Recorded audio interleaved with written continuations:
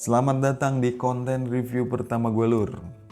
Hari ini gue mau coba nyeritain alur cerita film yang bercerita tentang perjuangan seorang petarung UFC yang berpacu dengan waktu untuk memenuhi janji dengan putrinya yang sedang berulang tahun. Film ini berasal dari Jerman, judulnya 60 Minutes. Gak perlu berlama-lama, ayo langsung aja kita mulai. Cerita dibuka dengan seorang pria yang sedang menulis sebuah surat sebelum melakukan pemanasan latihan, di mana di sana ada seorang pelatih wanita bernama Kosina mengajak seorang pria bernama Okta untuk melakukan pemanasan sebelum pertandingannya dimulai. Dan perlu kalian tahu, si Okta ini adalah tokoh utama dalam alur cerita film ini. Nah, kalau ini namanya si Paul nih. Dia ini orang yang ngatur semua hal yang diperlukan sama si Okta, termasuk mengatur pertandingan yang akan diselenggarakan hari ini. Setelah selesai pemanasan, si Okta langsung masuk ke ruangannya dan langsung menghubungi anaknya yang sedang berulang tahun. Jadwalnya bentrok, Lur, sama jadwal pertandingan bapaknya. Dan kayaknya hal ini nih yang bakal jadi pemicu perkembangan film. Für die Torte. Warte ab, bis du die andere Überraschung siehst. Hier gibt's nur eine kleine Verspätung. Saat si Okta lagi ngobrol sama anaknya yang bernama Leoni, tiba-tiba trainernya si Okta, yaitu si Kosina, masuk ke ruangan si Okta. Dan kalian tahu kan apa yang terjadi saat sepasang pria dan wanita berada di dalam satu ruangan? Ya, mereka ngomongin gaji, Lur. Si Kosina minta si Okta buat ngomong ke si Paul supaya gajinya si Kosina yang udah beberapa bulan gak dibayar itu cepet dibayar. Karena dia juga punya banyak kebutuhan, katanya gitu, Lur. Nah, saat mereka sedang ngobrol, sepertinya si Paul udah dapat kabar nih dari promotor yang ngadain pertandingannya itu. Dan mereka bertiga pun akhirnya langsung bergegas pergi menuju tempat pertandingan. Echt fast eine Stunde jetzt. Sesampainya mereka di tempat pertandingan, si Paul gak lupa buat selfie dulu nih, buat barbuk kali ya.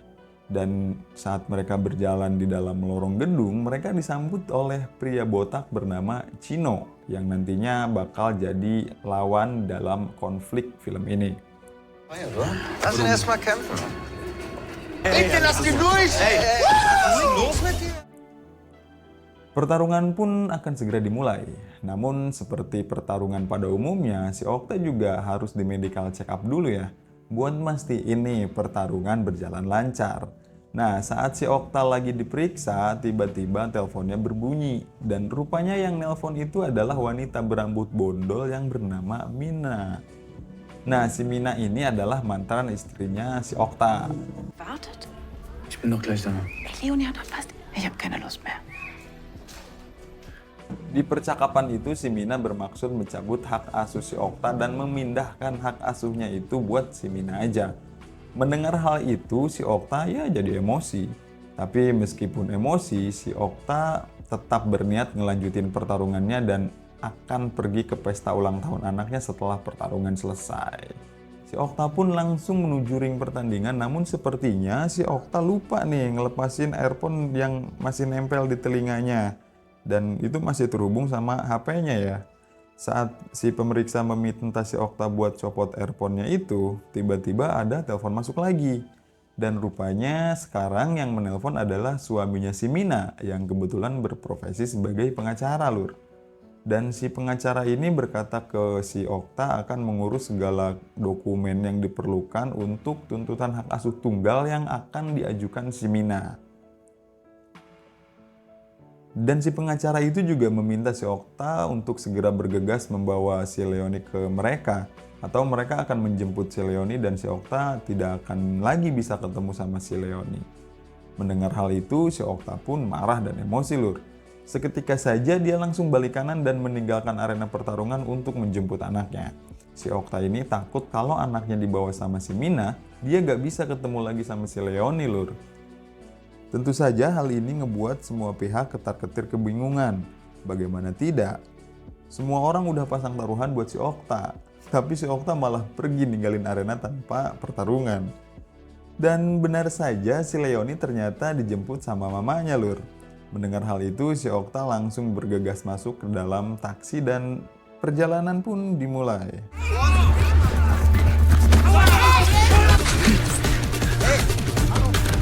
kennen kann. Aber der Meter... Pihak penyelenggara yang udah ngeluarin banyak biaya buat pertandingan itu tentu saja tidak tinggal diam, Lur. Di perjalanan si Okta menuju tempat anaknya pun diwarnai aksi kejar-kejaran dan perkelahian yang cukup melelahkan. Kämpft die Fotzen! Bewegt eure Faulen! Dalam pelariannya, si Okta berhasil ditangkap sama si Cino, Lur. Si Cino pengen si Okta ini lanjut bertanding, tapi si Okta tetap gak mau. Akhirnya si Cino harus menggunakan cara paksa supaya si Okta balik ke arena. Dan setelah banyak perlawanan, si Okta pun akhirnya berhasil dilumpuhkan dan berhasil dibawa ke dalam mobil. Tapi di perjalanan, si Okta kembali sadar dari pingsannya dan menghajar semua orang yang ada di dalam mobil itu. Sehingga si Okta kembali melanjutkan perjalanannya menuju putrinya. Ich ruf später nochmal an. Dalam perjalanannya, si Okta mengetahui fakta bahwa pertandingannya itu sudah diatur dan yang mengaturnya itu adalah si Cino botak. Dan informasi itu dia dapatkan dari si Paul sesaat setelah si Okta menanyakan siapa sebenarnya si Cino itu. Setelah mendapatkan informasi itu, si Okta langsung lanjut lari lagi. Dan sambil berlari, si Okta menghubungi si Kosina buat minta bantuan, Lur. Dan sesampainya si Okta di tempat latihannya, rupanya anak buah si Cino dan kawanannya berhasil nyusul si Okta dan pertarungan 1 lawan 1 pun tak terhindarkan lagi.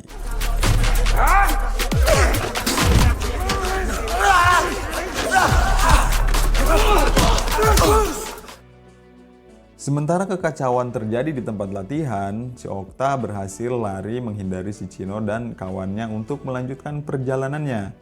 Dan akhirnya si Okta berhasil tiba di toko kue. Dia udah janji mau beliin kue buat ulang tahun anaknya, Lur. Dan sesaat setelah si Okta nerima kue, tiba-tiba konco si Cino ini datang dan menjatuhkan kue ulang tahun yang dipesan Okta buat anaknya itu. Hal ini tentu saja membuat si Okta ngamuk. Dan konco si Cino ini pun babak belur dihajar si Okta.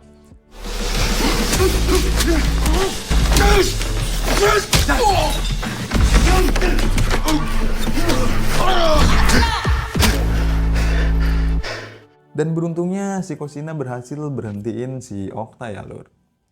Saat keluar dari toko kue itu, si Okta berpapasan dengan orang yang akan jadi lawannya di ring. Dan melihat itu si Okta juga tetap gak peduli ya, si Okta terus aja jalan gitu. Kemudian karena merasa gak digubris, orang itu pun ikut ngejar si Okta, Lur. Di perjalanannya si Okta itu ketemu si Bewok ya. Dan si Bewok ini menawari tumpangan buat menghindari pengejaran. Namun bukannya dibawa ke tempat yang aman, si Okta malah dibawa ke tempat di mana ada orang-orang yang juga ikut terlibat dalam pertarungan, dalam pengaturan pertandingannya itu. Orang itu adalah Diana, seorang emak-emak yang sepertinya gila judi ya nih mama ya. Bersama anak buahnya, Mak Diana ini meminta keterangan kepada si Okta tentang siapa sih si Cino itu. Jelas saja si Okta gak tahu ya si Cino itu siapa, dan sepertinya si Ibu Diana ini adalah korban dari batalnya pertarungan si Okta. Dan dari sini kita tahu kalau pengatur pertandingan si Okta ini bukan cuma si Cino doang ya, tapi juga ada orang lain yang ikut terlibat. Dan saat si Emak Diana itu pergi, si Okta berhasil kabur meninggalkan tempat itu dan masuk ke dalam kereta bawah tanah untuk melanjutkan perjalanannya menuju tempat putrinya. Saat dalam kereta, si Okta menerima telepon dari anaknya dan sambil menangis, anaknya berkata bahwa si Okta udah bohong nih, karena bilangnya mau datang malah gak datang-datang gitu ya. Dan akhirnya perjalanan panjang dari kecamatan ke kecamatan lainnya sudah sampai di kecamatan Kursberg. Sepertinya sedikit lagi sampai di tempatnya si Leon ini.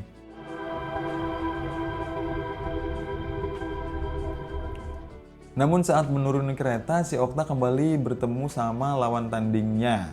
Dan aksi kejar-kejaran pun terjadi lagi, Lur. Si Okta terus berlari maju sampai pada akhirnya dia masuk ke dalam klub yang ada di dekat situ. Gak tahu tuh dia buat sembunyi atau buat nyari tempat yang enak gitu buat gelut ya. Tapi yang jelas kayaknya biar gak terlalu ke-expose gitu. Dan pertarungan yang harusnya terjadi di arena pun malah terjadi di dalam klub tanpa wasit. Pertarungan terjadi dengan begitu sengit dan jual beli serangan pun terus berlanjut lur. Pokoknya pengunjung klub hari itu mah beruntung lah karena bisa nonton UFC gratis gitu ya. Dan setelah tendangan keras mengarah ke lawannya, akhirnya si Okta berhasil memenangkan pertarungan di pergelutan itu. Si Okta pun segera bergegas meninggalkan tempat itu dan melanjutkan kembali perjalanannya. Saat keluar dari klub itu, si Okta ngelihat ada si Paul di sekitar sana lur. Dan rupanya si Paul ini melacak keberadaan si Okta lewat smartwatch di tangan si Okta yang dihubungkan ke HP-nya si Paul. Dan di sini si Okta menyadari bahwa si Paul membocorkan keberadaannya selama ini ke orang-orangnya si Cino ya tentu saja. Dan ini menjawab pertanyaan kita kenapa di setiap pelariannya si Okta selalu aja ada pencegatan dari orang-orangnya si Cino. Okta, bitte, Mann. So, ich fange an, die Scheiße langsam zu verstehen, ya? Dan fakta lainnya yang ditemukan si Okta adalah tentang pengaturan pertandingan yang rupanya si Paul juga ikut mengatur pertandingan itu lur. Dan kemudian si Okta sadar bahwa hari ini dia tidak akan sempat menemui putrinya. Kemudian dengan segala kekecewaan yang dia rasakan, dia akhirnya pergi ke rumah orang tuanya untuk beristirahat sejenak dan memikirkan apa yang harus dia lakukan selanjutnya. Ya syukur-syukur dapat wejangan lah ya dari orang tuanya. Dan setibanya di rumah orang tuanya, dia mendapatkan dorongan dari sang ayah untuk kembali melanjutkan perjalanan menemui anaknya. Dan akhirnya dia memutuskan untuk terus melanjutkan perjalanan lur. Kali ini dia akan mampir ke toko hewan ya untuk membeli kucing yang dijanjikan akan diberikan sebagai hadiah ulang tahun putrinya. Dan di perjalanan dia menghubungi si Paul dan si Riko Bewok untuk menemuinya di toko hewan. Dan sesampainya di toko hewan, si Paul pun datang bersama dengan konco-konconya si Cino.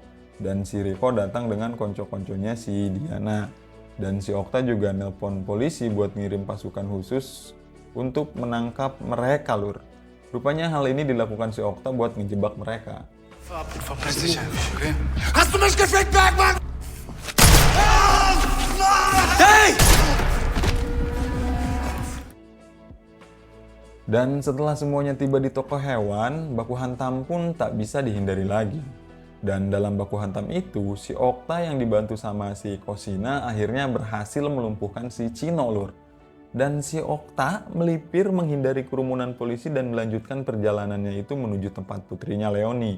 Meski dengan tergopoh-gopoh dan badan penuh dengan luka, akhirnya si Okta berhasil tiba di tempatnya si Leoni walaupun si Okta tidak berhasil masuk ke dalam rumahnya karena keburu pingsan ya lur ya. Namun entah bagaimana caranya tiba-tiba si Leoni udah ada di hadapan si Okta yang udah mulai sadar nih dari pingsannya. Dan akhirnya walaupun telat si Okta berhasil menemui si Leoni dan berhasil menepati janjinya. Selesai sampai di sini dan tamat. Dan pelajaran yang bisa kita ambil adalah jangan beli HP yang gampang lowbat ya lur. Nah itu aja yang bisa gue ulas. Makasih udah nonton. Kita ketemu lagi di video selanjutnya.